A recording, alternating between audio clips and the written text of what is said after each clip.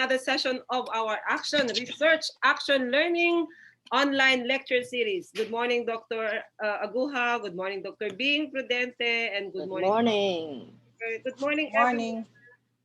Okay, thank you for spreading about charm, okay, to our community habit of action research on Mondays. Welcome to another session of our Aral Online lecture series. Okay, tonight we are very fortunate to have another DLSU PhD student, okay, who is going to share with us his action research.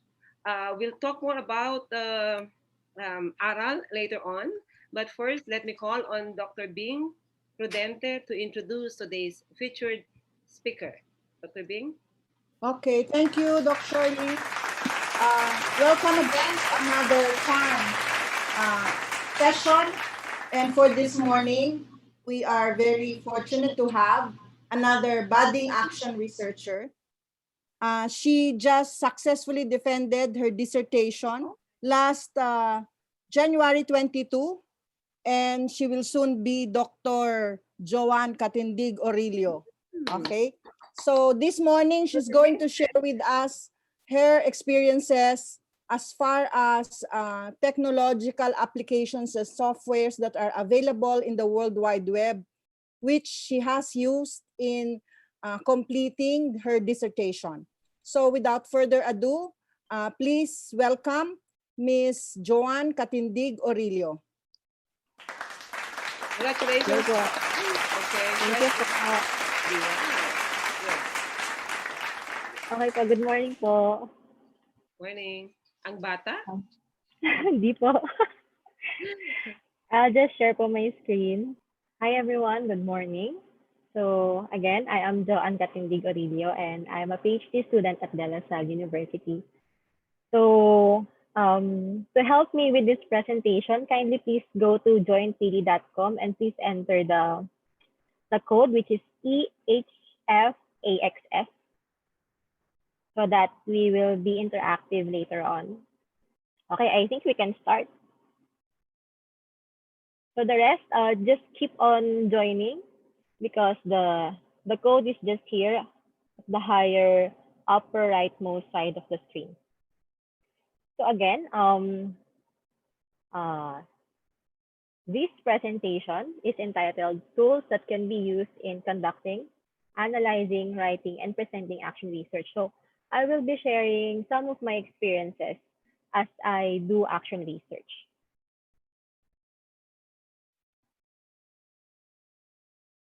But before we start, of course, I need to know you first. So let's answer the question, which is, where are you coming from, or where are you watching from? So most of us are coming from or are watching from Luzon. And marami rin from Visayas and Mindanao. So hello po and thank you for participating in this talk. Okay, thank you very much. Now for the next question. Are you a teacher, an administrator, or a student? Okay. So most of us are teachers, so everyone can relate to my topic. Next po. How many years have you been teaching? So please just enter po the number. Just put a number. Actually, when I was a new teacher, actually gusto ko rin sana na mayroong mga ganitong opportunities, no? Kasi mahirap na nga pa, especially pag bago ka lang sa industry or sa teaching. Wow. So ito po ang composition ng ating participants. So we have from the new teachers to the veteran teachers. Wow. Thank you po for attending. Okay, next. Let's see naman po, which sector of education do you belong? Are you teaching in public school or in private school? Or for students, are you studying in a public school or in a private school? I assume that yung mga students natin are education majors. So let's see mga responses. Oh, halo. So halos half tayo, maraming public, maraming private. This is a good combination of audience. Okay po, thank you. And next, which level of education do your students belong to? Okay, combination po tayo ng primary, secondary, and tertiary. Good. Now po, before we start, I wanted to ask, let's have a stress check. So rate yourself as 0 if you are in a good space and can focus. And you can rate yourself somewhere 5 if there's something, if something is bothering you, but you can still focus. And rate yourself to 10 if you can't manage your emotions right now. Okay? So, iba, meron din talaga tayong participants na I think siguro may mga ginagawa, may meeting. Pero good thing na if you're going to average this, I think nasa middle tayo. So, I think you're in a good space. You are in a conducive environment to listen and to learn. So with that, thank you po for your participation. Later po, I have some more questions to you. But for now, let's move on to our discussion.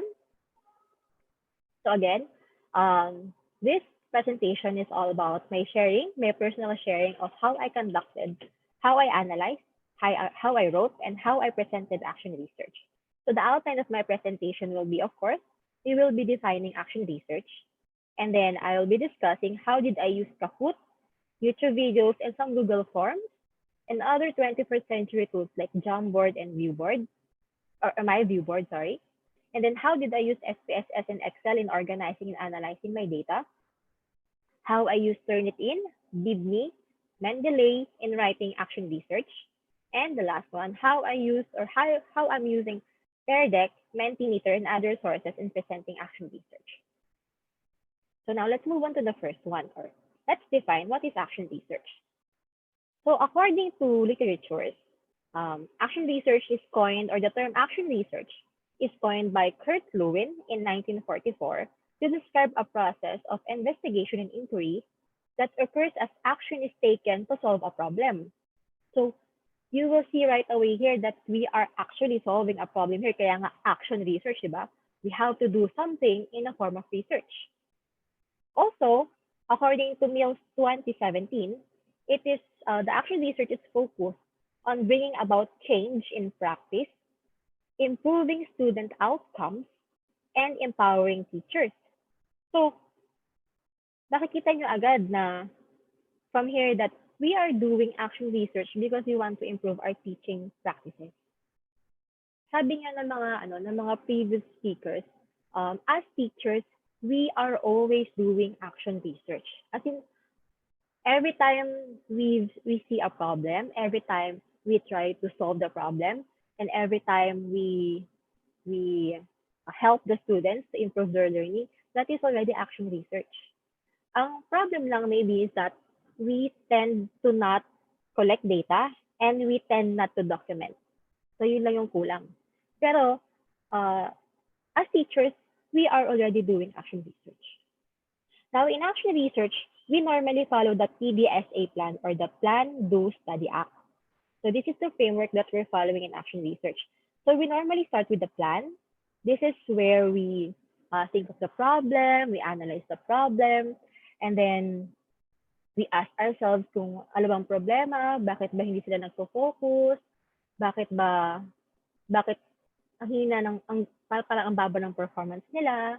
So dito yun sa plan. At the same time, this is where you will think of how are you going to answer your questions? How are you going to act? How are you going to collect data? And then, the do part is of course the implementation or the carrying out of the plan. So this one, ito na yung magko-collect ng data. And then, when you go to the study, ito na yung analysis part. You do some statistics, for example, or thematic analysis if you have qualitative data. And the last part is the act. Ito na yung you will reflect on the planning, the doing, and the studying. Kung nasagot ba yung problem mo or nasolve ba yung problem mo with those actions that you did? Nasagot ba yung problems mo with the plan that you have? So, ito sa act, mag-reflect ka na. At the same time, you will think na may kailangan ba akong baguhin? if ganito yung nangyari, ano kayang problema? Or kukontinue ko ba? And so on and so forth. So, it's just a cycle. Okay? Paulit-ulit lang yan hanggang sa masatisfy tayo sa mga practices natin. Pero as teachers, we know ourselves that parang at first nasatisfy tayo. After some time, hindi na ulit. Right? So, it just repeats the cycle. Okay. Now, to help you to do your action research, let me ask you this question. Okay? What challenges in teaching are you facing right now in the new normal? So kindly please write your responses sa in the peardeck dun sa screen nyo para we will know kung ano-ano ba yung mga naging challenges, especially imagine nyo noong hindi pa tayo online, wala pang COVID. It's very hard to catch the attention of the student. It's very hard to stop or to minimize cheating in the classroom. What more now na online, di ba? Mas mahirap. At the same time, before, sobrang dami na ng chinechikan natin, as in sandamakmak na. What more ngayon, pag modular, di ba, burtuhan yung dating ng paper sa atin. Ewan ko na lang kung paano kayo nakaka-survive. So let's see the responses. So learning materials fit for online setup that engages students to learn. Okay. So, oo nga. Of course, may mga kulang din na materials. Students' attention and focus. Internet connectivity, that's true po. Kasi hindi mo maintindihan minsan ang internet. Actually, the internet feels us kung kailan natin kailangan yung internet. Kung kailan natin kailangan sa kasi na magloloko. Cheating and mastery, opo. Assessment, authenticity, that's true. Kasi nga, online, ang hirap i-authenticate, i-validate ng mga instruments natin. Teaching research, internet connection, student engagement. So I'll be discussing later student engagement. Low or no connectivity of students. Opo, kasi po hindi naman natin pwedeng i-force, diba, lahat ng student na mag-load or maghanap ng Wi-Fi. Evaluation of learning results. That's true po. Connectivity problems, new learning, management systems, demotivation due to isolation. Yeah, that's true. Kasi nga, we cannot blame them kung wala silang pang internet. We cannot blame them kung hindi sila makalabas ng bahay kasi nga may COVID. Academic integrity, that's true. Motivating the students to focus, yeah. So later on, I'll be also discussing this, motivating the students to focus. I have some suggestions lang naman. Disconnection between the facilitator and students. Opo, lagi po nangyayari yan. And actually, sometimes napapansin ko pag nag-disconnect na, hindi tayo makabalik as teachers, di ba? So what we do is give them activities. So sayang naman yung pinipare natin na lessons, right? Learners does not have access to internet. Okay po, totoo yan. Analyzing students' achievement and motivation. Motivating our students to do their tasks. Yeah. Kasi nga po, kung noon ng face-to-face, ang hirap na silang i-motivate na ipasa lahat ng requirements. What more ngayon? Na malayo tayo sa kanila. Slow internet connection. The connectivity of the students. The challenge is to determine if the student's output is authentic. Yes po. Kasi po, di ba, nakikita nyo sa Facebook, nagpapagalingan po ang mga kananayan natin. Kasi po, gusto nilang mag-honor. So, that's also a problem. Giving assessments. Later po, I'll be also suggesting some of the tools that you can use when you're giving assessments. Self-directed learning, communication, parents involved especially in senior high school. Opo, in terms of the parents, minsan nga po ang hirap na i-communicate. Ikaw na nga tatawag, hindi pa sasagutin. True. Online LMS, opo. Kasi nga, ang hirap connect normally sa internet. Overwork. Yeah, that's true po. As teachers, overwork po tayo palagi actually. For internet. Tingnan po natin dulo. Some students are working. Yes. And we cannot blame them since it's COVID, they have to they have to help their families. The integrity of exam results, keeping problems, academic integrity, coordination of the students, module making. Okay po. Thank you po sa mga responses niyo. Now, paano ko naman po ba identify yung sarili kong problema? So now, what we need is actually you identify your problem. And that's good. Kasi po, once you know your problem, you know what to do. And once you know your problem, we can do something about it. Ang mahirap po kasi, yung walang pakialam. Kasi po, pag wala kayong pakialam, therefore you don't know the problem, you don't know what's happening to your classroom, and therefore we cannot do something about it. So that's a good sign po that you know what's the problem, so that we can have a solution for it. Now, after we identify the problem, we have to analyze it by asking ourselves, how does it affect us and our students? For example, cheating. How does it affect us and our students? Of course, it does not tell us kung yung readiness nila, kung naintindihan ba talaga nila. And then, lastly, what do you want to happen? You have to set goals kung ano bang gusto nating mangyari. Diba? For example, I'm going to share to you one of my action researches. This was actually conducted 3 years before 22 about the new normal, pero we can relate to this kasi yung problem ko same lang din di ba? You will see na yung problem natin ngayong new normal is somewhat the same lang din sa problems natin before. So, my problem before in my classroom is that students have short attention span during review sessions. What I do po kasi in my classroom, for example, I'll discuss for 4 days. For example, I discuss uniform circular motion. With that 4 days, after that, I will give at least 1 to 2 days for review sessions. So I exert an effort to review them. Kasi nga, high school students, parang you still have to guide them. Hindi mo sila pwedeng pabayaan na lang kasi mangangapapa yung mga yan eh. Let's say, matanda na sila, mature na sila, pero hindi pa din eh. Kailangan mo pa rin silang i-guide. I mean, yeah. And so, how does it affect me as a teacher and my students? So, because they have short attention span, therefore, they have poor understanding of the lesson. And then, they have limited practice kasi nga, nag-review kami eh. So, since hindi sila pay attention, they have limited practice. Well, according to literatures, students' attention can only last up to 10 to 15 minutes. After that, you really have to exert an effort to get their attention. That's according to research na. And since meron silang short attention span and they have poor understanding, it's very hard for us to assess as teachers kung ready na ba sila for the assessment. Kasi nga hindi sila nagpa-pay attention eh. They are not giving us information. They are not giving us feedback kung ready na ba sila for the assessment. And so in the end, they perform poor in the assessment. Diba? So now, with all of that, what do I want to happen? So what's my goal? So what I want them to do is to focus, of course. I want them to focus. I want them to practice and participate in the discussion. Since I'm teaching physics, I want them to solve. Kasi diba, sa physics, practice ka lang ng practice, gagaling ka dyan eh. Even sa math.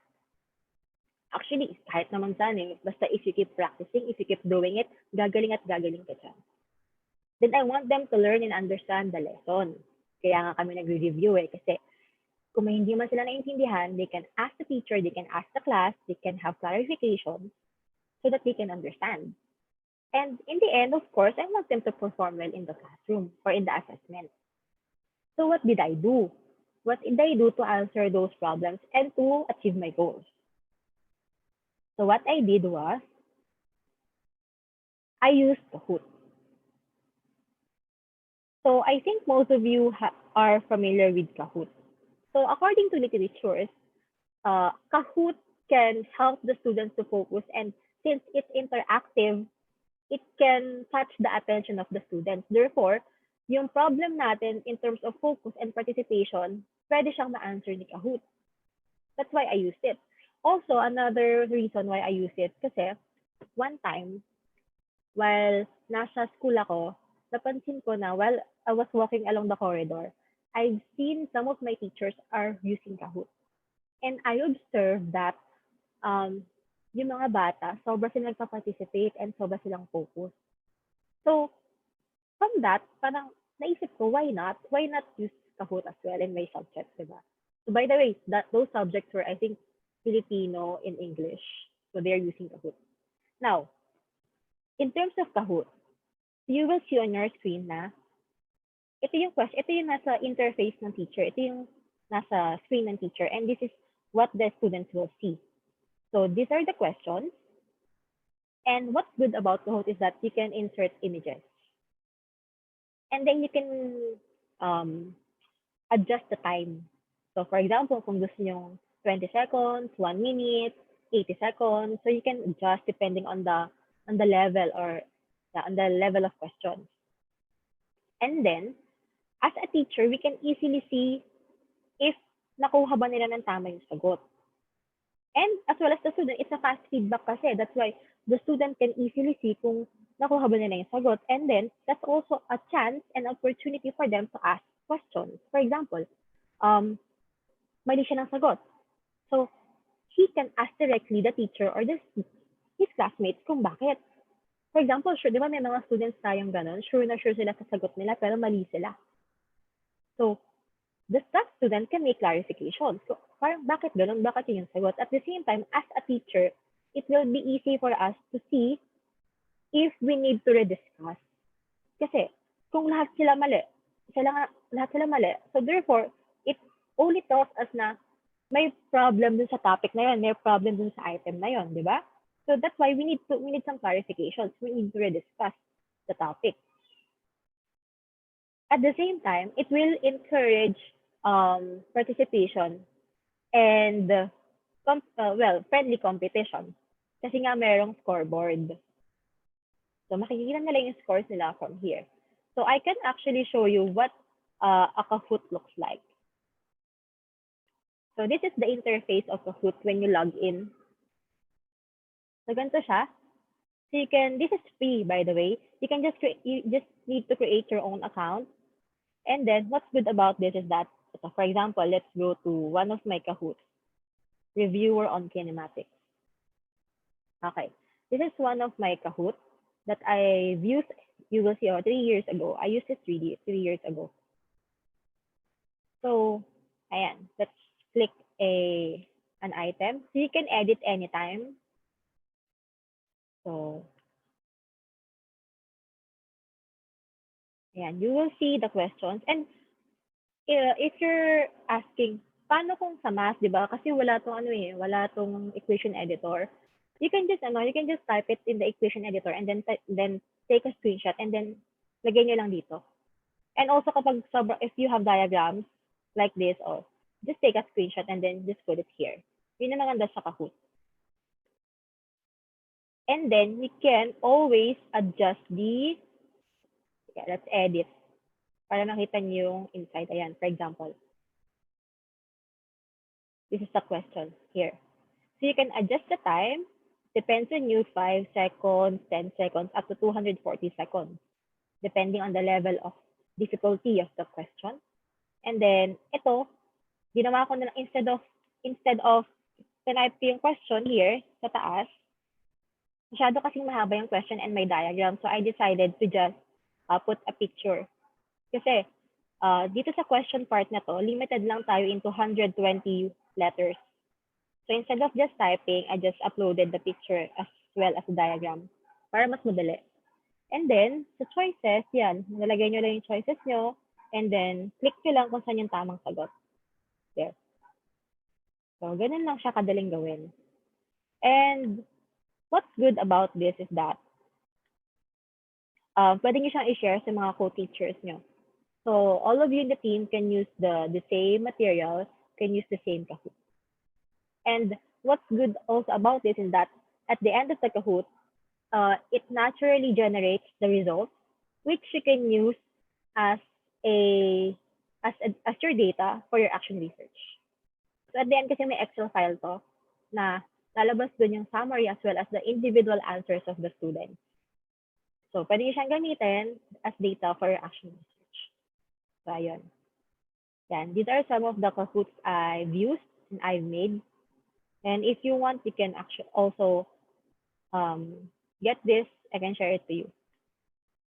Now, what's the result of this study? The results showed that there was a positive significant difference in students' assessment scores kasi meron akong control group and the KAHOOT group. Yung control group naman, they received the same items of questions for the review.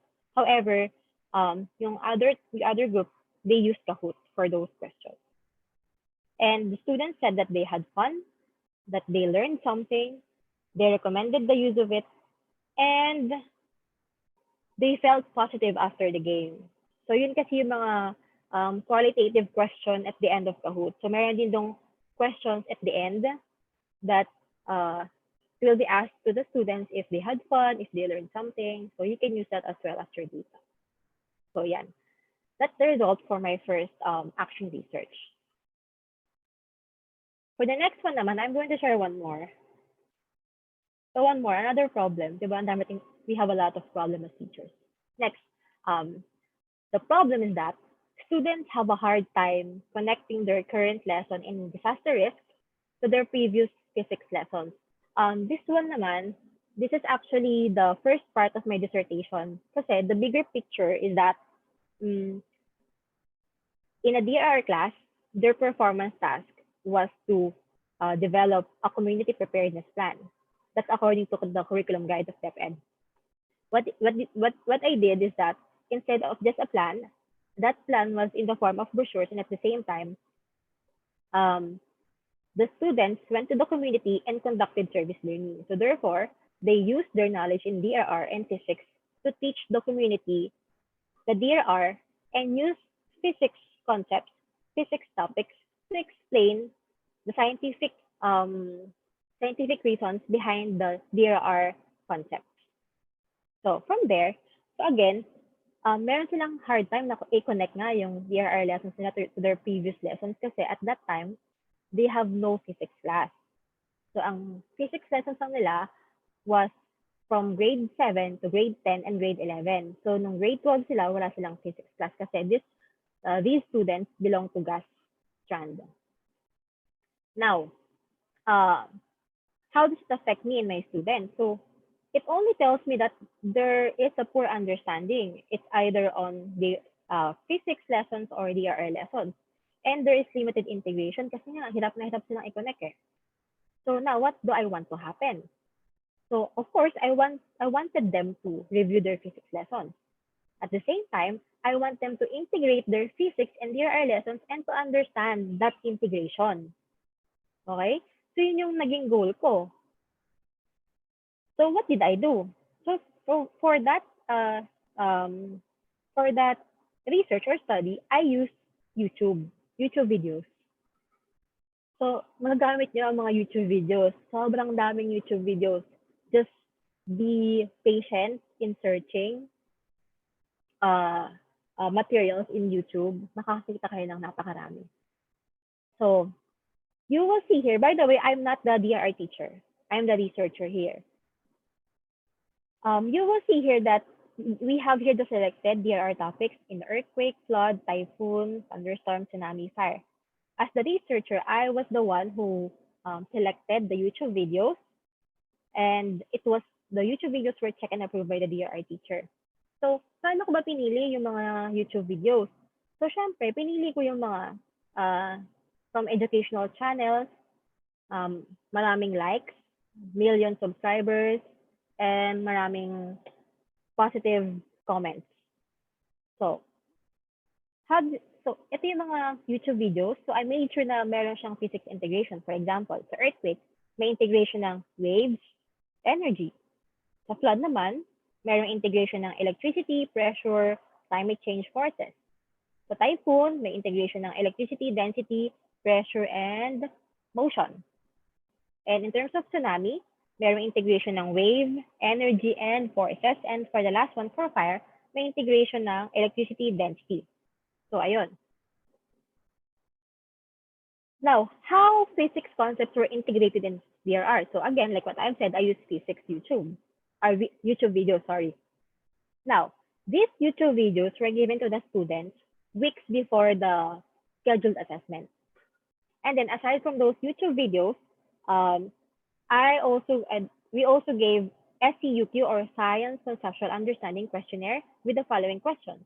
What is the video all about, and how is the video related to the physics and DRR? Now, these SCUQ were submitted days before the scheduled assessment. Now, these YouTube videos were watched by the students at their own convenient time. So, pwedeng kahit nasa bahay lang sila or kahit nasa man sila, as long as meron silang connection, they can watch it. And then, class discussion, this is where the teacher and the students discuss the DRR concepts as well as the YouTube videos. Then after that, meron silang quiz or assessment. And then, ikot na ulit yung cycle until such time matapos na lahat ng selected YouTube videos. Now, ano yung napansin ko? The first problem that I encountered here is that not all students have internet. So what I did is that I downloaded the YouTube videos, and then the videos were shared using ShareIt, software application, ShareIt or Bluetooth, or it was shared using USB or cord. Kasi diba sometimes you can just use a cord to share the data. So yun. So yun yung naging answer ko dun sa naging problem na yun. Now, for the results. The results showed that there is an increased mean formative test scores of the students. So pataas ng pataas yung scores nila while they're using YouTube videos. And they mentioned that they were interested, and according to the DRR teacher, students became more active. At the same time, students became independent in their learning kasi nga they will watch it at their own convenient time. So it's up to them kung kailan nila papanoorin yan or if they're going to watch it. Lalabas naman yung results sa quiz if wala silang masagot, di ba? Ibig sabihin, they did not watch the YouTube videos. And lastly, students were able to connect physics concepts in DRR. So yun yung syempre yun yung main goal ko, di ba? To connect physics concepts in DRR. So we will see in here na marami tayong pwedeng gamitin actually in the World Wide Web na different instruments to help our students and to cater learning and understanding. Okay, another one naman. This one naman po, hindi ko naman po ito ginawan ng paper, pero I always use this. This is Jamboard. This is an online whiteboard. And teacher and students can write simultaneously. And you only need a Google account. So I think most of us are using Jamboard, especially math teachers, science teachers, English teachers, Filipino teachers, actually everyone eh. Kasi as long as you need to write, as long as you require interaction with your students, kailangan nyo talaga ng board, di ba? So ayan, actually, sobrang dami ko ng boards. And what's good about this is that as long as it was shared to your students, they can always go back to the board and review all the sessions that you had, all the calculations that you had. So yun yung kagandahan sa Jamboard. Hindi siya tulad ng before sa classroom na, di ba, pag in-erase na, wala na, hindi mo na makikita. Dito sa Jamboard, as long as it was shared to the students, they can always go back and check and look at the solutions. Another po is, aside from Jamboard, myviewboard. This is also an online whiteboard, and teacher and students can write simultaneously. But this one, there's no need for Google account. They can always go to myviewboard anytime without any email account. And what's good about this is that you can give separate boards for each student. So yun yung kagandahan dito. So this can be used for assessment. Ganito po yung magiging itsura niya. Ito po, this is the teacher screen. This is what you will see on your screen as a teacher. And this is what the students see on their screen. So what they will see is just their board. They will not be able to see the board of their classmates. If you have a question, they will answer it independently, separately. They will not be able to see the answer of their classmates. So this one, of course, it will not eliminate cheating, but it can at least minimize cheating, di ba? So you can use this in your classes. So ito po yung itsura niya. I'm going to show you the interface of myviewboard. So this is the interface of myviewboard if you're going to go to their website. And then the students only need to press this join a classroom session. So when they press that, what they will see is that ito po, the interface will ask for the teacher's ID session, which you will going to provide, and their name for them to be able to enter. Ito po yung interface ng student, and ito naman po yung interface ng teacher. This is what you will see on your screen if you will use myviewboard. Ito po yung ID na kailangan nilang i-enter dun sa student, ito po sa teacher's session ID. Ayan. Ito po yung kailangan nyo i-enter or kailangan nyo ibigay sa students for them to be able to join. And you can just write here anything that you want. You can choose different colors of pen. You can adjust the thickness. Sa Jamboard po kasi hindi nyo pwedeng i-adjust yung thickness. I mean, you're only limited with 4 sizes of pens. For this one, you can adjust the thickness of the pen anytime at any size you want. At the same time, you can group your students. If you go to this huddle, this one, you can see your students here on the left side, and you can always group them. If you want to group them by 4, by 2, by 3, if you want them individual, it's up to you. Okay, so here, pwede nyo pong gawin yun dito. Yan, i-group nyo po sila, and ito po yung teacher's view. So, ayan po. Okay, there. Okay, you can also use Google applications like Google Forms, Google Docs, and Google Sheets. So I personally use Google Forms in my dissertation.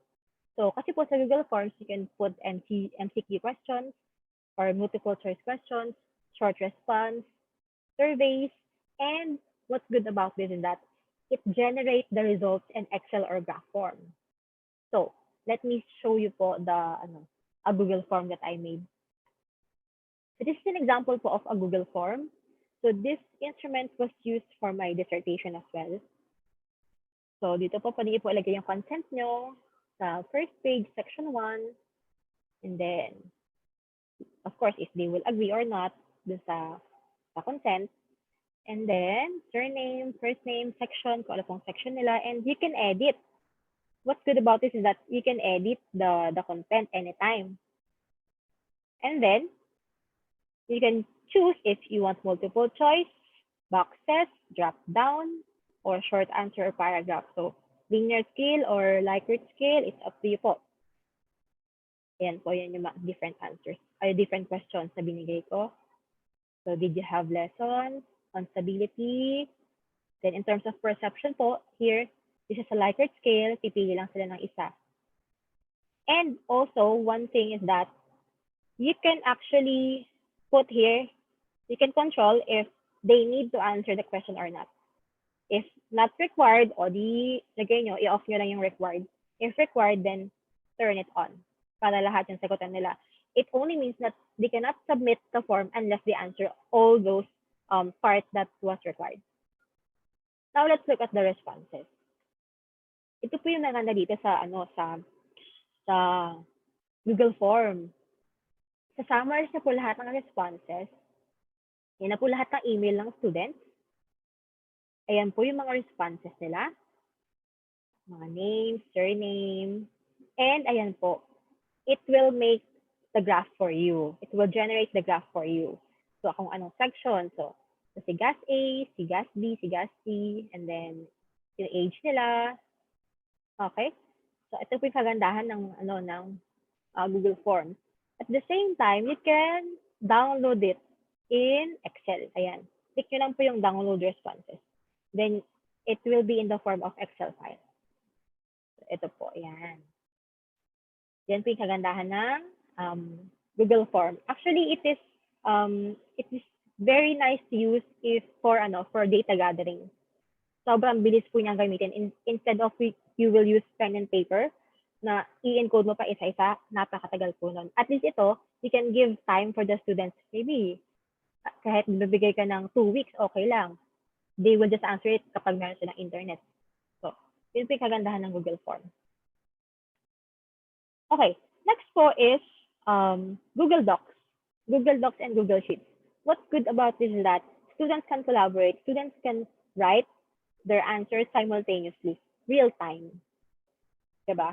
For example, meron kang pinapagawang investigatory project or paper. So they can write simultaneously para matapos sila agad. Or you yourself can be an audience on how they write. So yun yung kagandahan ng Google Docs and Google Sheets. And you can see all these things sa Google account nyo. I'm gonna show you po. So for example po, you are inside your Google email, yeah? And then just press this dot, those 9 dotted circle, Google Apps. When you press that, just go to Google Drive. And when you press Google Drive, what you will see is this one. Okay? And then dito po sa new, press new, and dito na po yung Google Docs. You can create your own Google Docs, Google Sheets, Google Slides, and ito po, different Google apps. Okay? And you can also choose if it's a blank or from a template. So may templated na po kasi. So you can always use that. Okay.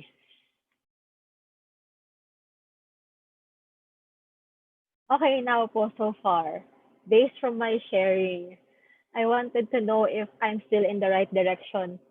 So kindly please again go to joinpd.com and please answer the question if are you still with me, or do you understand what I was saying the entire time, or are you a little confused, or you need help?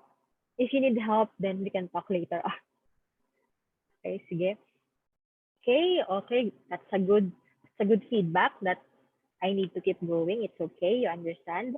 And we have some confused. Okay lang po yan kasi po online tong discussion natin eh.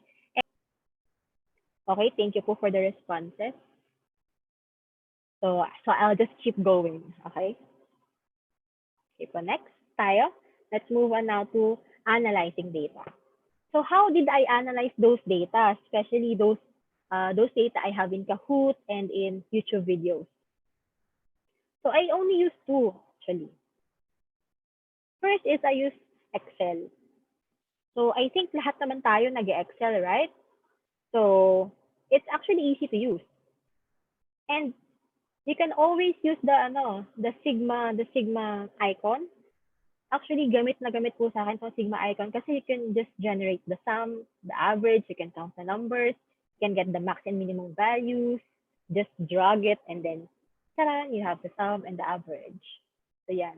Sobrang helpful po niyan, i-maximize niyo po yung use niyan. As well as standard deviation and the rest, hindi ko na po alam yung iba dito. Or you can also get the slope if you want the slope. So yan, ganyan ko po ginamit yung Excel. So I use it to get mean and standard deviation. At the same time, if wala naman po dyan sa functions na given yung gusto niyong gawin, you can always input the equation. For example, ako po, I needed to compute the height gain of the student. So since it's not available in the functions, then I just input it. I just input the equation. So ayan po, just input ko lang po yung equation. So anyway, height gain is just, ano bang height gain? Post minus pre over 100 minus pre. Or post test minus pre-test over 100 minus pre-test. So ayan, input na lang po yun dito and then you can just easily get the answer. As well as if you're getting effect size or Cohen's d. Ito po yung Cohen's d. Cohen's d po yung nasa baba. So this is Cohen's d or effect size. Just again, just input the equation. So yun po. So if you need the equation, I think I use this equation in one of my papers. Just short. You can see it in my ResearchGate account. All my papers there have full papers. You can always upload it. The next one is ito, SPSS. Ito naman sobrang helpful ng SPSS. Sobra, as in, I started using SPSS, I think 2012 or 2013. Ever since I started using SPSS, gamit na gamit siya.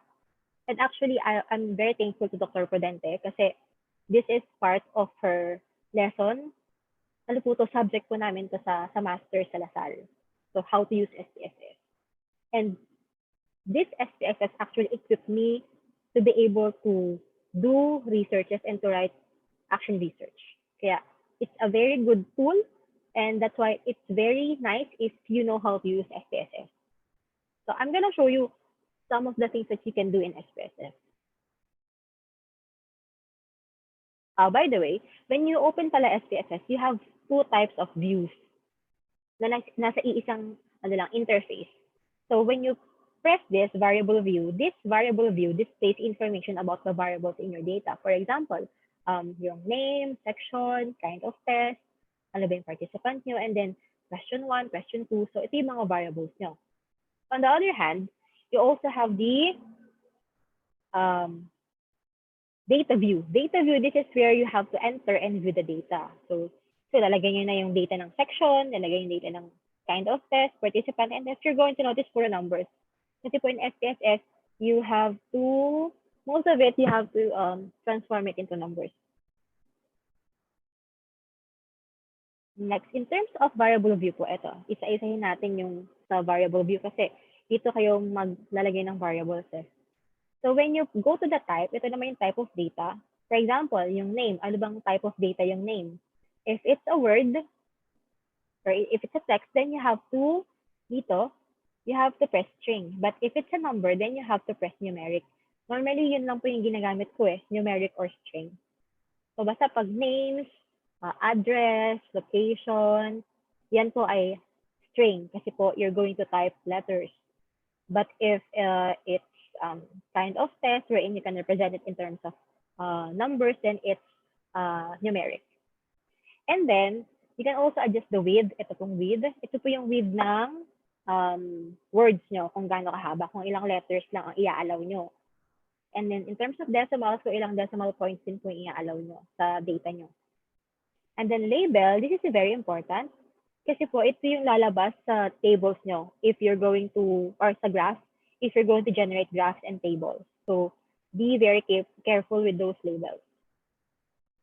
And then, next po, punta po tayo sa values. Ito. In terms of the values po, ito naman. For example, like what I've said earlier, yung mga i-input nyo po dito kasi ay you have to transform it into numbers. So, for example, section. Ito po, sa section, ito po yung sa section natin. I gave a value of 1 for gas A, value of gas 2 for gas B, and 3 for gas C. Anyway, ano lang naman po yun eh. Hindi naman siya makaka-apekto sa data natin later on. Kasi you will adjust later on yung measure. So, I'll discuss to you measure later. And then, here po, ito po kasi question number 1, and I use Likert scale here. So, therefore, since it's Likert scale, meron silang 5 choices. It's a 5-point Likert scale. So, I used 1 for strongly disagree, 2 for disagree, 3 for neutral, 4 for agree, and 5 for strongly agree. So, ayan po yung mga pwede nyo ilagay sa values. Ayan. And what's good about this is that you can just copy and then paste for the rest. If same lang naman yung ilalagay nyo. And then, in terms of missing, columns, alignment, hindi ko po yung ginagalaw. As is lang po yan lagi. And then, in terms of measure, ito na po yung measure. Ito po. We have 3 types of measure of data. One is nominal, or this pertains to categories. So, it is used when you have gender, section, kind of test, ayan po. And you will put or use ordinal or choose ordinal if you're dealing with ordered ranks or age. And if you will put scale if you have a measurement variable. So, since ito po kanina, di ba, we put numbers in section. So, I said na hindi siya makaka-affect sa data kasi po, we put nominal naman. So, the only thing na i-run ni SPSS are the scales, yung mga numbers. So, yun po. So, again, just go back to the recordings po later on if you want to navigate this on your own. And then, ano po yung mga pwede niyong gawin sa SPSS? The first one is, go to analyze, this one, dun sa bar nyo, sa tab. Then go to compare means. This is useful when you want to summarize and compare differences in descriptive statistics across one or more factors or categorical variables. And you can get the mean, t-test, or one-way ANOVA. So yun po yung mga pwede nyo gawin dyan. If gusto nyo pong if you wanted to get the significant difference, for example, the, ano ba, the average of your results. So just go to the means or sample t-test if you want to get a significant difference. And then next one is scale. Ito naman po, it is useful when you want to test the internal consistency or if you want to run Cornback Alpha for reliability. Ito po sa scale, just press the reliability analysis if, for example, you have several questions. And then you want to know if reliable ba yung items ko. So if that's your question for your instrument, then you have to get the Cornback Alpha. And to get its reliability, then you have to run this scale and reliability test to get the internal consistency of your items. Okay po. Okay, next po tayo. Next is, okay, ito naman po. So still analyze and then go to dimension reduction and then ito naman po, factor analysis. By the way, I'm just sharing the things that I'm normally using. Kasi po yung iba, hindi ko talaga alam kung paano gawin. Okay? Pero I actually bought a course for this in Coursera, but I still don't have the time to study everything in it. So, dun lang po muna tayo sa alam ko so far. Okay, next factor analysis po. It's a technique that is used to reduce a large number of variables into fewer numbers of factors. Ito naman po, you're going to use this if, again, you have several number of items. And then you want to know which items are about knowledge, or you want to confirm, for example, which items are about knowledge, which items are about skills, which items are about attitude. So factor analysis can help you about that. Okay, so next, you can also do non-parametric tests here. So if your data did not meet the assumptions of parametric tests, then you can do non-parametric. So you can have the rest. So chi-square, 1 sample k. Okay, so you can do that. You can use all those things. Pero hindi ko pa siya nagamit so far. Okay, next po tayo. Oh, yun po pala. Yun po yung about, those are the things that I wanted to share for the analysis part. So it's the use of Excel and the use of SPSS. Now let's move on to writing AR. Actually, ito po yung ito yung nagiging stopping point ng most of the teachers. Ang hirap kasi talaga magsulat. Honestly, it's hard to write. That's why you really need to exert an effort to do it. So just a brief background or a short story. How did I start writing? Actually po, nag-start to because of it is a requirement for our subject in masters. Kaya nga po maganda rin na you are putting yourself into personal or to professional development, you're taking masters. Kasi you are being pushed kasi pag nasa isang class ka, pag may requirement ka, mapupush mo yung sarili mo to your limit to do something na akala mo hindi mo kaya, yun pala kaya mo, di ba? So yun nga po. So I started writing because it's a requirement. So again, sa class ni Dr. Prudente, so we needed to of course first to develop an assessment tool, an instrument, and then from there, of course, we have to implement it, we have to use it, we have to do analysis on it, and then we have to write. Ang final project namin is to produce a paper, a journal paper. So, yun, doon na nag-start yung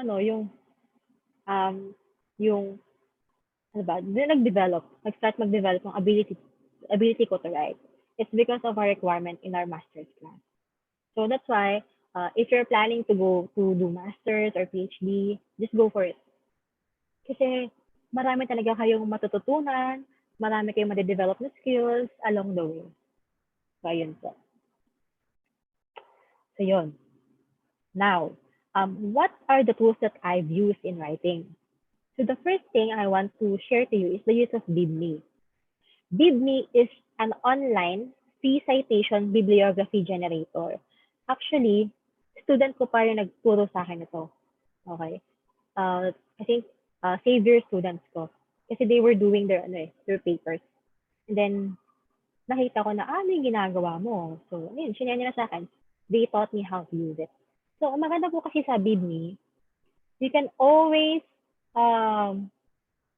just input your, for example, the paper that you're using or your citations, and then it can generate the references in different formats. It can be APA, MLA, Chicago, ACM, depende po sa requirements sa inyo. For example, I'm gonna show you bibme. So this is the interface of bibme. So normally, I only use page citations. I haven't tried check my paper. So let's go to I only want citation, page citation. So, and then pipili po kayo kung ano pong gusto yung citation style. APA, MLA, Chicago, and more. Marami pa po yan. So you have a lot here. Pipili lang po kayo kung anong gusto nyo. So, but for me, I'm going to use APA.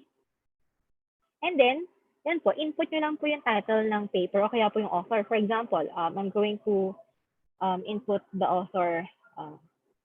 Ito, input na eh. Service Learning by Spirit 2017. So, search journal article. Yan po, intayin nyo lang po mag-load. So, since hindi specific yung nilagay kong title, maraming lalabas. So, you have to choose kung alin po dito yung kailangan nyo. So, for me, what I need is ito, impact of mandatory service learning. So, select, and you will see, it will show you what the generator found. Then, final step, just press final step. And then, it will show you the details. So, the authors, the article, the title of the article, the journal, the pages, the DOI, this is important. Now, if satisfied kayo sa mga nakalagay dyan, then create citation. And then there, you have the reference in an APA style. What you only need to do is just to copy and paste it to your paper. So, ayan, sobrang dali lang po. And if you wanted to generate another citation, just click this, add another citation. So, yan po. And you can actually download it to Word right away if you want. If marami kayong citations, you can just easily download the entire thing to Word. And what's good about this is that naka-alphabetical na po siya pag na-download nyo. So, hindi na kayo mahihirapan. So, yun po. That's for bibme. Now, the next one is Turnitin. Turnitin naman po is an internet-based closed source plagiarism detection. So what's good about this is that, for example, nirun nyo na sa Turnitin yung paper nyo. So nakita na kung ano yung mga may similarities sa other articles. Lalabas po dito yung percentage. And what's nice about this is that you can easily see kung saan galing yung, for example, 7%. Hahanapin nyo sa inyo 7%. And when you found that 7%, you can easily rephrase it para, of course, hindi na matag as plagiarized. So, i-edit nyo or i-rephrase nyo, i-reword nyo until such time na mag-less than 1 na lang yung percentage. Ito sa side na to. So, there. So, these numbers can just easily tell you nasaan yung mga part na seems plagiarized. Para bumaba siya ng bumaba. Kasi, di ba, when you submit kasi sa mga journals, they always check the plagiarism. So, ganun. So, before nyo pa ipasa, i-check nyo na sa Turnitin. Okay? Kasi ito, I think, kailangan may account kayo. May bayad kasi itong Turnitin. Or normally, ang nagbibigay nito is schools. Like in LaSalle, we have a Turnitin account. What we do in LaSalle, we just submit it in Turnitin. Then, babalik sa amin yung paper, and we will see this one, the match overview. Then, pag gusto ulit namin iparun, submit ulit. Okay. Pero kasi before, in my previous schools, in ICA and Xavier School, teachers have their own Turnitin account. Turnitin account. So, I can easily adjust all my papers before para bumaba yung plagiarism. So, yeah. So, lahat naman ng researchers sumadaan dito. At lahat naman ng papers sumadaan sa plagiarism check. So, yeah, don't worry. Okay, last one. Ito yung most favorite tool ko in writing, Mendeley. This was actually taught to us by Dr. Celine Sarmiento. And LaSalle is also offering Mendeley seminars. So ano yun, I think, madami yun. Weekly yata sila nag-offer ng mga ganito. So I'm very thankful na umattend talaga ako. So Mendeley is most known for its reference manager, which is used to manage and share research papers and generate bibliographies for scholarly articles. So, papakita ko sa inyo kung paano ito ginagamit. Kasi, ano talaga to, magical to pag meron kayong Mendeley. Yan. So first, okay, let's go to Mendeley. This is the website of Mendeley. Of course, you have to, what do you call this? You have to sign up. So ito, nakapag-sign up na ako and I have my own account. So that's why I have my name there. So there. So let's go to library. So when you go to library sa Mendeley, so it will show you all the papers that you have uploaded or that you needed for your research. So ayan, nandiyan lahat ng papers na nakita ko na, alam yun, ni-store ko muna dyan lahat, then babasahin ko later on. Alam niyo naman tayo, researcher, teachers, mahilig tayo mag-store ng articles for later use. Ayan. Yan. Pwede niyo pong store lahat lang dito ng articles niyo. And when you, for example, when you check one, for example, ito, so article na to. So ayan, lalabas po yung mga data about sa article. And another thing is that you have to download this Mendeley. You should have a Mendeley desktop or desktop in Mendeley. So later on, at the end of this presentation, I'm going to give you the link to the Mendeley so that you can download it to your desktop. So for now, I'm going to show you the Mendeley desktop.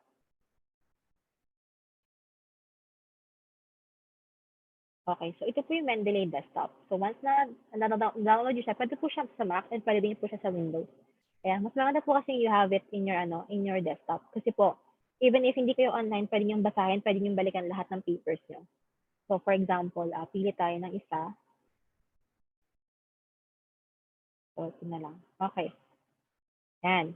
When you open it, you can highlight it. For example, you can put notes. If you have notes, for example, so, ayan, makikita niyo agad may notes. Andun agad yung notes. Then you can sync this to your online account yan. Pwede niyo pong i-sync. Hindi pala kita. Ayan. You can sync this to your online account. Okay? And then what's good about this is that you can install this in your Word file. In your Word account. So just go to Tools. Yan. Kita naman po sa screen nyo, right? And then install MS Word plugin. So yan, you have to install it to your Word account para po maging helpful siya, mas maging helpful siya sa inyo. So once na-install nyo na po, sige, let's see. Let's open Word file. Okay. Let's wait for the Word.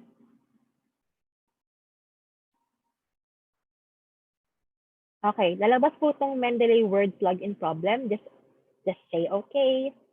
Okay. And then open a blank paper. And then, okay, what you will see po is this one. You have to see this plugin at the bottom. Yan, insert or edit citation, undo edit, merge citation, insert bibliography. Okay. Once meron na po ito, ibig sabihin, naka-install na po yung Mendeley plugin sa Word nyo. Now, wait lang. Okay, ayan. Okay ang tignan. Now, paano po ba natin gagamitin itong si Mendeley? Okay, for example, example number 1. Example number 1. And then, for example, this was said by, mag-cite po kayo ng ng person. So, insert citation lang po tayo. So, yan po, is nakakonect na po yan sa Mendeley nyo. Kung ano po yung nilagay nyo doon sa Mendeley nyo, lahat ng nilagay nyo doon, pwede nyo pong hugutin yun. For example, sinabi yan ni Fairy. Okay, ayan. Click ko lang yan. Then, okay. Then, just wait for some time. Ayan na po yung citation. Okay? naka-APA style na din po siya. It depends on you. Pwede naman po i-adjust dito kung anong citation style. And then what if meron pang isa? Oh, example number 2. Example number 2. This time, hindi ko naman maalala kung sino yung nagsabi nito. So type ko lang is, let's say, ang naalala ko lang, it's about service learning, for example. Service learning. So, ayan, pipili na ako kung sino nagsabi noon. Sino kaya? Oh, let's say ito. And I think may isa pa pala. Let's say hindi lang isa yung nagsabi noon. For example, galing din siya sa ibang reference. Again, let's type service learning. Service learning. Ayan. Pili lang po tayo ulit. From here, sino po kayo nagsabi? Ayan. Then, okay. For example, yan na po lahat. So, for example, yan na po lahat ng ano natin. Citations natin. Okay. Now, what's good about this is that kapag nasa bibliography na kayo, for example, references, sa dulo na kayong part, references. What's good about this is that just press insert bibliography and automatically there, it will generate your own references on its own. At naka-alphabetical na. Wala na kayong problema. Naka-APA style na yan. If you wanted to change the style, pili lang po kayo dito. Kung engineer kayo, IEE. Normally sa engineering, IEE. Sa atin, APA for education normally, di ba? So it depends actually dun sa publication, dun sa journal. So ayan po yung mga pwede niyong gawin. Actually, this is very helpful if you're writing journals or you're writing articles. Kasi po normally nagiging problem is that hindi nagmamatch yung na-cite na reference dun sa body, dun sa references sa dulo, sa bibliography. Yun actually naging problem ko po sa thesis ko before. Na lagi po akong sinasabihan ni Brother Scheiter, who was my advisor before, na hindi nagmamatch yung some of my references were not matched to the references I put in the bibliography. So this one could actually answer that problem. Okay? You can always use Mendeley. And it's free. It's free po. So ayun po yung magic ng Mendeley. Okay? Okay, now let's go back po sa presentation natin. Okay, that's all po for writing. Now let's move on to ito pa pala yung sinabi ko kanina. Yung kayo kay Mendeley desktop, then install MS Word plugin, and then you should see this thing in your Word, in your Word application. Pag wala po to, ibig sabihin hindi po na-install yung Mendeley. Okay? Now let's move on to presenting action research. So in terms of presentation, just make sure po na clear yung mga sinasabi nyo, clear din po yung nasa PowerPoint nyo. Wag po kayo masyadong malagay ng kung ano-anong design kasi sometimes nakaka-distract siya. Instead na mag-focus yung audience dun sa topic mo, na-distract sila dun sa mga kolorete sa paligid. Okay, now, one way of presenting action research is to use Infograpify or SageMax. These are free PowerPoint templates. Kasi po, may impact din talaga pag maganda yung PowerPoint, di ba? Kapag organized yung PowerPoint. So, I'm gonna show you po the interface of Infograpify. This is the interface of Infograpify. Ayan. Free lang din po siya. Or pwede din po kayong bumili if you wanted to use a lot of templates. You can choose from different templates. And what's good about this is that you can mix. Ganun po kasi ginagawa ko. Depende po sa content ng presentation ko. I mix several templates. For example, kukuha ako sa decision tree, kukuha ako sa 5G, kukuha ako sa Latin America. So it depends po kung ano yung gusto kong i-present. Another source is, ito po, SageMax. Ayan po. Pwede din po kayong mag-download dito. It's also free. Ayan. Para po maging interesting yung presentation. And then, aside from that, okay, you can also use Mentimeter. So ito po ay natutunan ko po to dito din sa Charm. I first seen this from Dr. Sarmiento, Dr. Celine Sarmiento. So the use of Mentimeter, it's used to create presentations with real-time feedback. Ito po ay magandang gamitin kapag tulad ng ganito, meron pong real-time audience na gusto niyo pong makuha yung feedback ng audience nyo at the same time. So ito po, meron kayong different types of templates. Pwede pong multiple choice, image choice, word cloud. Ito po, I'm going to show you. Yan, meron po pwede pong word cloud. So magiging word cloud yung responses nila. Yung kanina po, di ba, I asked you some of your responses. Pwede pong ganito yung lalabas. Naka-word cloud sa Mentimeter. Pwede din po in the form of graphs, bar graphs. And then, pwede din po yung, yan, drag the dot. Yan po, pwede din pong gamitin yan.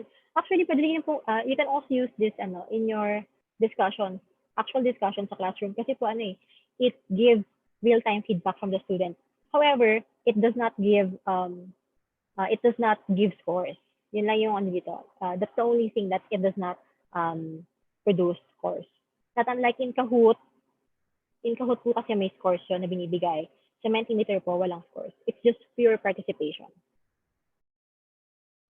Another thing is peardeck. Ito po, I'm using actually peardeck right now. It's an interactive presentation tool used to actively engage students in individual and social learning. And what's good about peardeck is that you have templates as well. You have the template for beginning class, during class, end of class. So you can just choose what you like to include in the peardeck. However po, sa peardeck kasi, hindi gagana yung mga animations natin. So yun lang po yung hindi gagana kapag nag-peardeck tayo. So kaya po yung presentation ko walang kahit isang animation. So ayan po. So pili lang po kayo kung ano mong gusto yung gamitin. Ito po yung, yan, please try to respond, draw a picture, po Venn diagram, di ba? Pag sa math, may mga Venn diagrams sa ibang subject sa Filipino. Agree or disagree sa saksay, ayan. True or false sa math, di ba? Pag nag-prove kayo ng theorem, ayan po. Oh, by the way, share ko lang po din sa inyo kung saan ako din nila ng action research na to. So, action research actually equipped me to go out of the country. It's actually the reason bakit ako nakapunta sa ibang bansa. So, I went to Indonesia. The first time I presented my action research. Doon ko din po na-meet sila, Dr. Reston, yun. Yung mga taga Cebu po doon. And then Malaysia, and then Japan. So that's why action research can offer you a lot of things that sometimes we cannot imagine na kaya palang ibigay ng action research. And then these are some of the pictures in our presentation in action research. So ayan po. Ito po yung recent lang, yung I think 2020 sa Japan. So ayan. We went there twice. This is the first time and the second time. Sa Indonesia. So, ayan. So, that's why I encourage you to do action research or to do research. And also if you're planning to do masters or PhD, please grab the chance to be a DOST scholar. Kasi po ang daming pwedeng mangyari pag DOST ka. Ang daming opportunities na pwede ibigay sa'yo. Aside from the stipend, aside from the dissemination fund, meron ka pang research grants. So, ang dami po. So, yun. Kaya be a DOST scholar. Be an action researcher. Be a charmer. Okay. Lastly po, last na lang po ito. So, based on my presentation po, it's also a feedback for me as a presenter. So, what was easy about the sharing? What was interesting and challenging about the sharing, and what was too hard about the sharing. So you can just choose, if you want, you can only choose one to answer. Or you can also answer the three of those. Just put just put A, B, or C para po alam po natin kung ano po yung ina-answer nyo.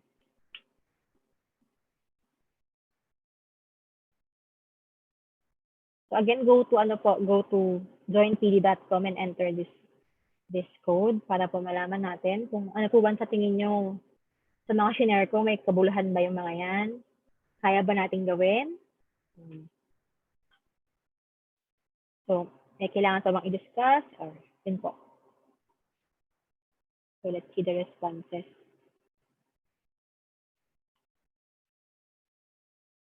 Okay, very effective. Thank you po and interesting. Opo, those are shared really para makatulong talaga sa inyo. Kasi for me, sobrang laki lang tulong ng mga tools na yun. Opo. Opo, totoo yan. Some of the tools will really make your job easier. That's very true. Ang pinaka-favorite po talaga din is the Mendeley. Mendeley is a gift from heaven for me.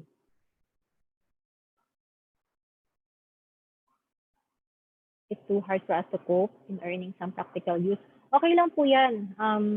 If you feel na mahirap na ang dami, it's okay. Kasi I felt the same thing when I first tried to use those tools.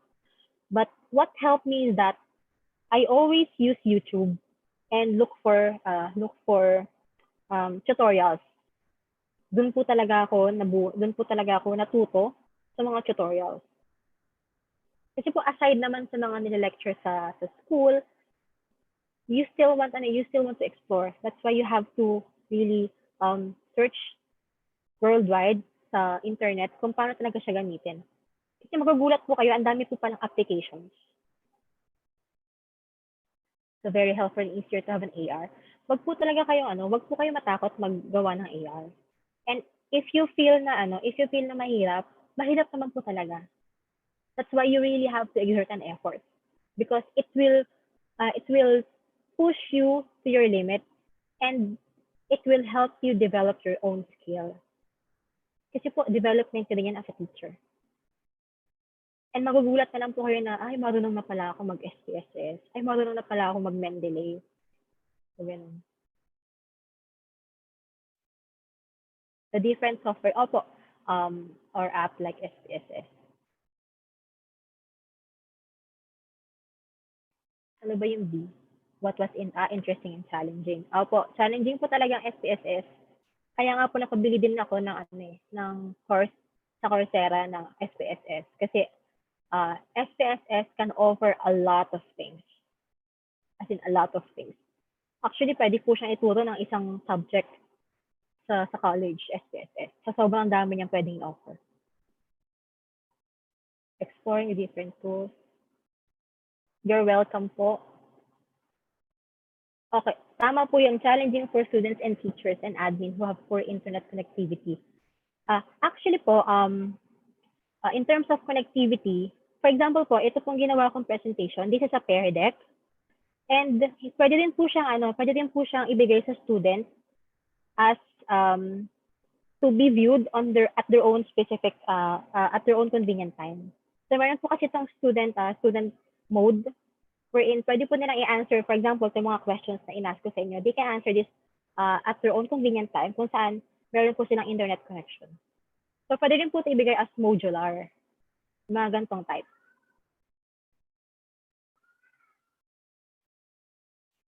Okay, organized in systematic way, use of various apps, promote learning, Mendeley and SPSS, ito po yan.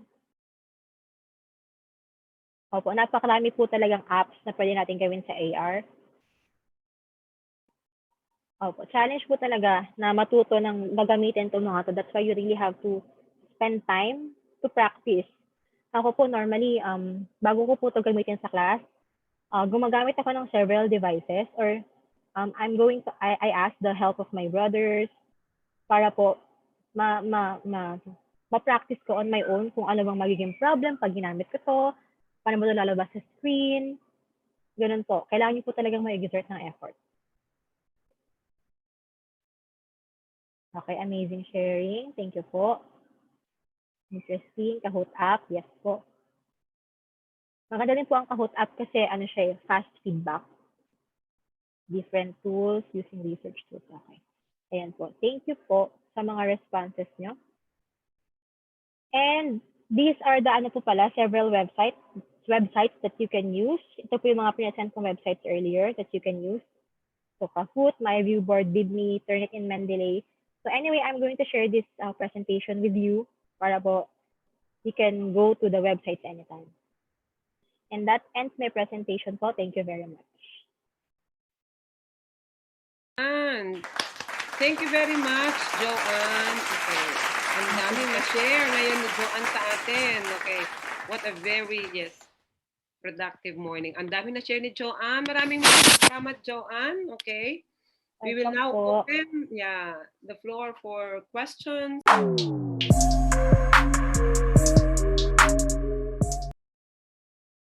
Alam ko marami po kayong gustong itanong kay Joanne.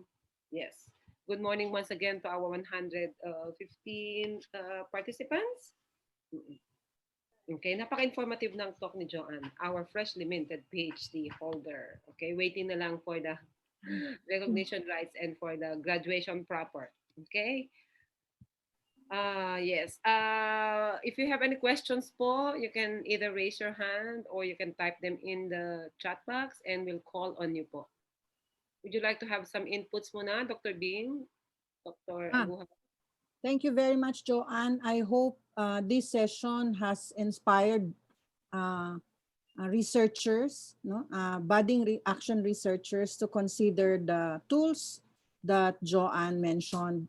But I'd like to remind everyone that, as Joanne said, you have to practice and you really have to study the tools.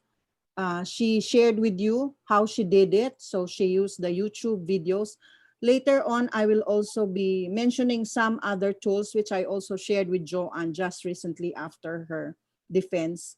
Siguro gayon na lang. So I will write it later. One tool which I shared with Joanne also is the one I'm using in my methods of research class.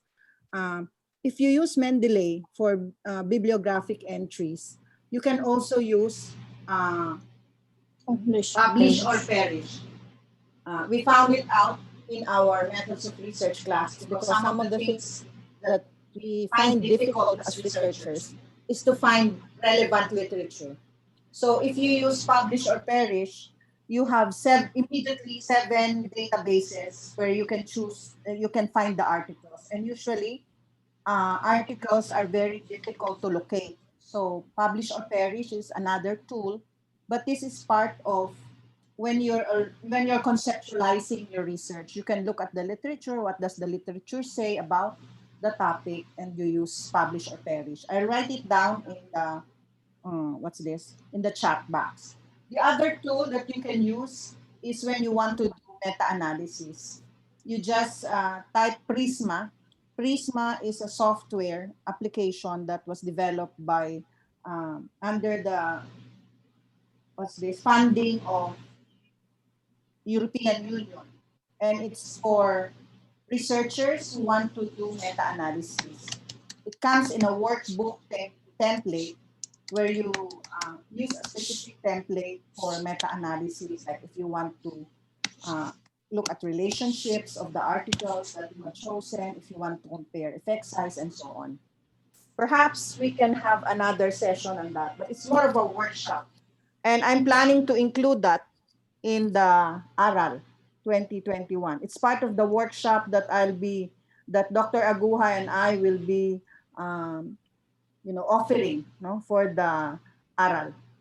So I'll tell you more about that. So you better attend ARAL 2021. Anyway, so thank you very much, Joanne. Dr. Joanne. Specifically, I asked her to be to really do it sharing style para mas makarelate yung mga researchers na nandito ngayon. So I hope the researchers who are here, please raise your questions, okay? Let's start hearing those questions. Yes. Thanks, Doc Shirley. But we are entertaining questions for today's lecture. Okay? Sige, basahin naman natin yung sinasabi nila, no? Very millennialist approach daw in data analysis and presentation. Millennial po ang ating mga estudyante, kaya kailangan millennial din ang ating approach, no? Yes. Thank you for very informative talk. Very, informative talk. Yes. Congratulations. So very informative and helpful. Okay. Yan. They are saying, every session is indeed remarkable. Thank you. Congrats po, dear lecture leader. Yes po, yan po ang aming ginagawa sa online lecture series ng ARAL. Okay. So we have one question here from Catherine Therese Tunggol. Are the websites tools po like SPSS free for the LSU students? Thanks po. Dr. Bing. Yes. I'll answer it po. Yan, si ano. Well, ang I'm not sure po if free siya sa DLSU kasi po hindi ko siya kinuha sa DLSU. Pero po if you have friends, if you have co-teachers na meron pong application or software po ng SPSS, you can ask them to give it to you po para ma-install niyo po sa mga laptop niyo. There is actually to follow up, no? Or to add to the reply of Joanne. There's actually a chance for you to download it to your upload, ano ba? Anyway, to download it to your Download pag ikaw desktop. gagamit. Pag ikaw download it to mag-share, your upload. desktop for free, but only for a limited time. Mga 30-day trial period as a student. So, or as a teacher. So, SPSS, IBM offers it for 30 days. Kaya lang, after 30 days, you have to log in using another laptop and another email address, something like that. Or if you want, you can buy, you can purchase the program. It's 50,000. For 4 computers. Pwede naman i-request sa university ninyo, sa mga schools ninyo. Kung may Yeah. Ang problema lang sa SPSS, yung isang license, May isang license equipment lang, isang computer lang. So, yun lang yung limitation. But it's very useful. At De La Salle University, lahat ng research centers namin, mga ganon, leader has it, but we stored it at the dean's office. Pero, and then you just keep updating every year. We should take note pala of the request of our participants. So parang may clamor for topics on using SPSS. Ewan ko man nagre-request ng the use of Envivo, parang may nagre-request din doon. No? We can consider that. Actually, I was thinking of inviting again Joanne for Aral 2021. Maybe she can handle one of the workshops. I'll talk to her about it. Sige po. Yung mga technological tools. Ginagamit niya yan eh. Kasi it's good to hear it really from an action researcher para nire-relate niya agad paano niya nagamit. Correct. Just like what ano pa lang yan, preview. I think Joanne you can discuss it more extensively during Aral 2021. We'll give you 3 hours to do it. 2 hours to do the one. Okay, so watch out for our announcement. Okay, we have one question. Hi, Elsie, you are here pala. From Elsie Marie or from UP. Sabi po niya, hello, I'm new to action research. I was wondering if the research you conducted all involved an experimental group and a control group, or are they more like case studies? From a good friend, Elsie. Actually, yung mga action research na po yun ay meron tayong experimental group and control group. Pero po kasi dun sa experimental group po natin, for example sa KAHOOT, yung isa po, of course, nag-use ng KAHOOT, yung isa pong group hindi. Pero po yung mga review questions that were given are the same. So, wala naman pong nadihado na estudyante sa mga participants. Okay, thank you. Again, to add, action research can be done using a variety of approaches. One is quasi-experimental. It's not really experimental what Joanne did in the strict sense of the word experimental. It's more of quasi-experimental because it did not follow randomness in the selection of participants. So it's in action research, you can do quasi-experimental approach, case studies, and participative action research where you involve the community. So it's basically more of descriptive. So you can do descriptive, collaborative approach, mixed methods approach, quasi-experimental approach, and case studies or multiple case studies. Okay, salamat. If you have follow-up questions sa LC and the rest, you can just type in them in the chat box. So, request po ni Noemi Francisco, ma'am, link po sana para ma-download po sa desktop ang Mendeley. Okay, if you can just na lang share, Joanne. And I think you already promised, Joanne, they are also requesting for a copy of your presentation. Siguro kahit link na lang, that's what we usually do here in Leader. I-send mo na lang yung link if it's saved in your G Drive. So make it PDF file lang, Joanne. PDF mo na lang. Okay po. Okay. Sige po. My response also, my comment from Brian Rafael Bigas. Peardeck is really a good platform to elicit student responses while maintaining anonymity.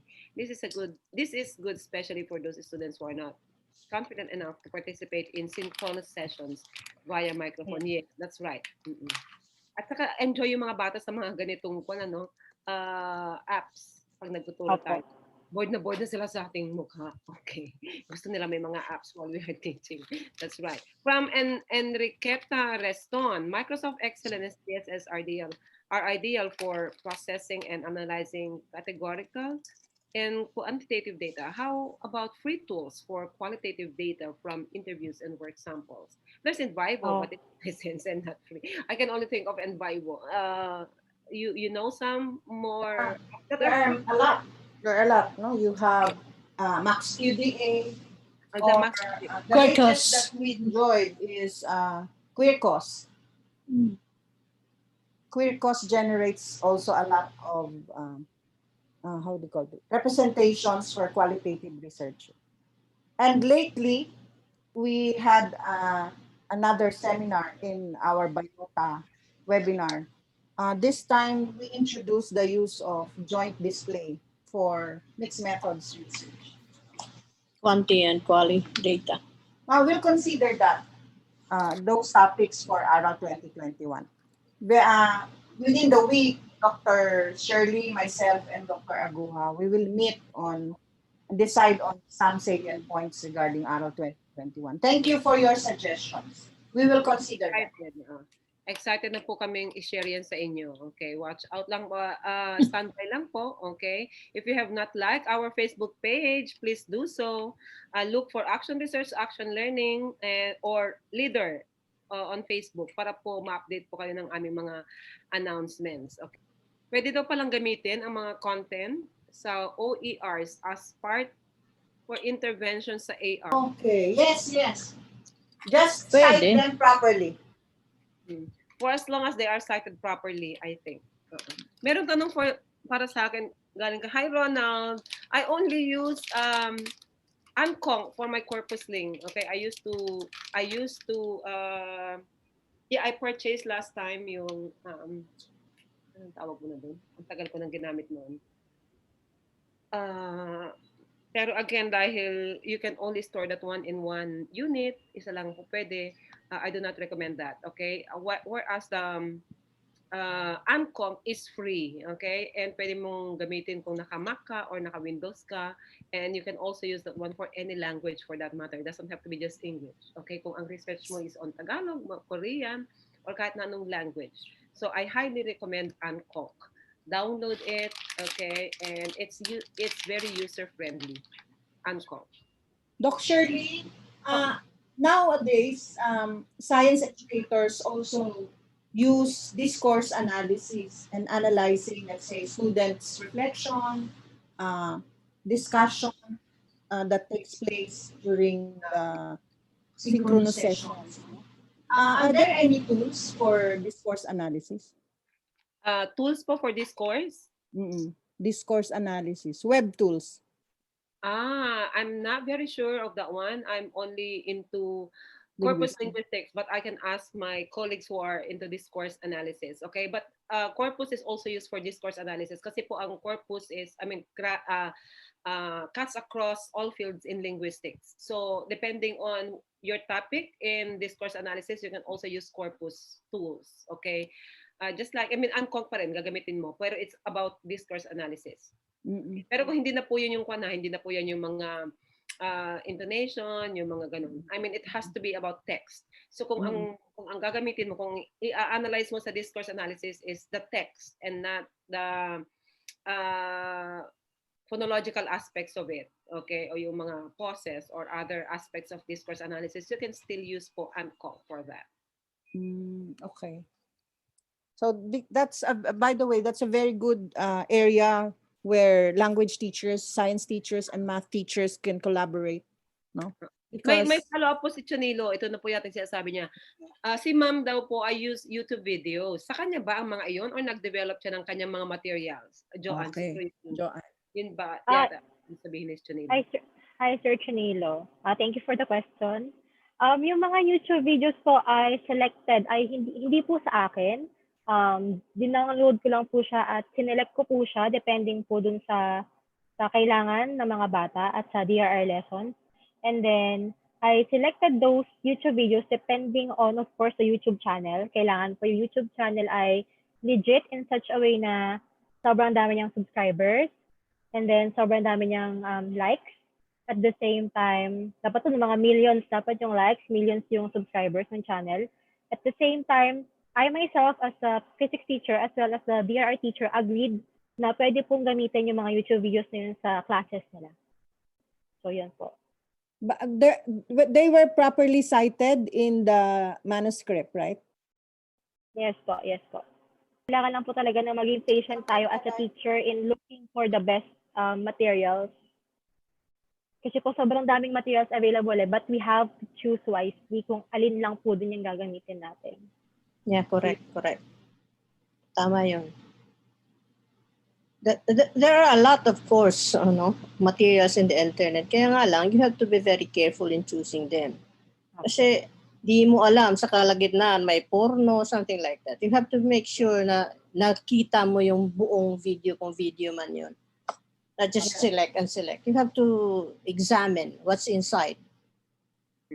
That's right po. Yung mga iba kasi dahil alam nilang ang mga users is they just get materials from Correct. So hinahaluan nila ng ganun. I've seen some na shocking. Pero talagang hinahaluan nila yun. Okay, para lang to teach a lesson probably. Sabi ko nila, madami na kasing materials ang uploaded online. Maraming teachers ang adapt ng mga materials. That's right po. That's why the YouTube may provide useful materials for teaching and learning. No? So it's up for us teachers to be very discerning and careful about the choice of those materials. Part of digital literacy is really choosing the right tools. Also, make an effort to read through the chat box in YouTube po since there are times it is infiltrated with inappropriate comments. Tama po yan from trolls. Okay? At saka, minsan kasi yung mga, anyone can actually upload in YouTube basta may account ka. So, we have to be very careful as well. Okay? Kung minsan yung mga iba or just to parang disguise, ang tinunang title, ang tinunang first few. Okay? But somewhere talagang may mga insert. So we have to be very careful. Any tip po for new researchers about basics on choosing a topic for good AR from Arlene Blanca Flor? Oh. Gusto ko na rin i-plug. Okay, sa ating aral 2021, si Dr. Prudente saka si Dr. Aguha, magkakaroon po sila ng special workshop on methods, okay, on AR. So if you are new on action research and gusto niyo pang malaman yung mga iba't ibang methods kung paano mag-conduct po ng AR, I highly encourage that you attend that workshop. Hindi lang po siya one time na workshop, no? It's going to be a series. Okay, so like for the 3 days, spread out po namin yung workshop na yan. Para po talaga ito sa mga ating mga teachers na medyo hindi pa masyadong alam kung paano mag-AR and you need more practice, you need more inputs, and you need training and workshop. So, abangan po natin yan sa Aral 2021. Okay, featuring the 2 queens of action research. So at this point, if you don't have questions anymore, may we ask please to flash the certificate of appreciation for our featured speaker. And may we ask Dr. Aguha to read the citation. Sure. Okay, so the De La Salle University, Brother Andrew Gonzalez, FSC College of Education, BAGSED, La Sallian Institute for Development and Educational Research Leader and Action Research, Action Learning, ARAL, present the certificate of appreciation to Ms. Joanne Catendig Orilio for conducting the DLSU BAGSED Leader ARAL online lecture series entitled Tools that can be used in conducting, analyzing, writing, and presenting action research, held on January 25, 2021, 10 a.m. to 12 noon via Zoom. Signed, Dr. Raymond Sison, Dean BAGSED, Dr. Shirley Dita, Director Leader, and Dr. Maricar Prudente, Congress Chair, RL 2020. Thank you. Thank you, Joanne. Thank you, Joanne. Virtual class. So at this point, maybe now ask please to flash the poster for next Monday, okay? So those who have just attended our online lecture series, we offer po online lecture series every Monday. That's why we call our this community charm. That's the community habit of action research on Monday. So please do spread the word and tell your colleagues and friends and your students, okay, of this free online lecture series every Monday from 10 to 12, hosted by DLSU Bagsed Leader. Okay, so this one po, the use of social scientific issues based module in teaching science. Okay, this will be given by Mr. Brian Rafael Ubigas. Okay, also a student from the LSU. So please spread the word, tell your colleagues, your friends who are into teaching chemistry or science. Okay, okay, thank you again for being with us on this Monday morning. We hope to see you again next Monday for our next session of Action Research, Action Learning online lecture series. Okay, good day everyone. I hope you have already Bye, Charmers. Bye, Charmers. Bye-bye. Thank you po.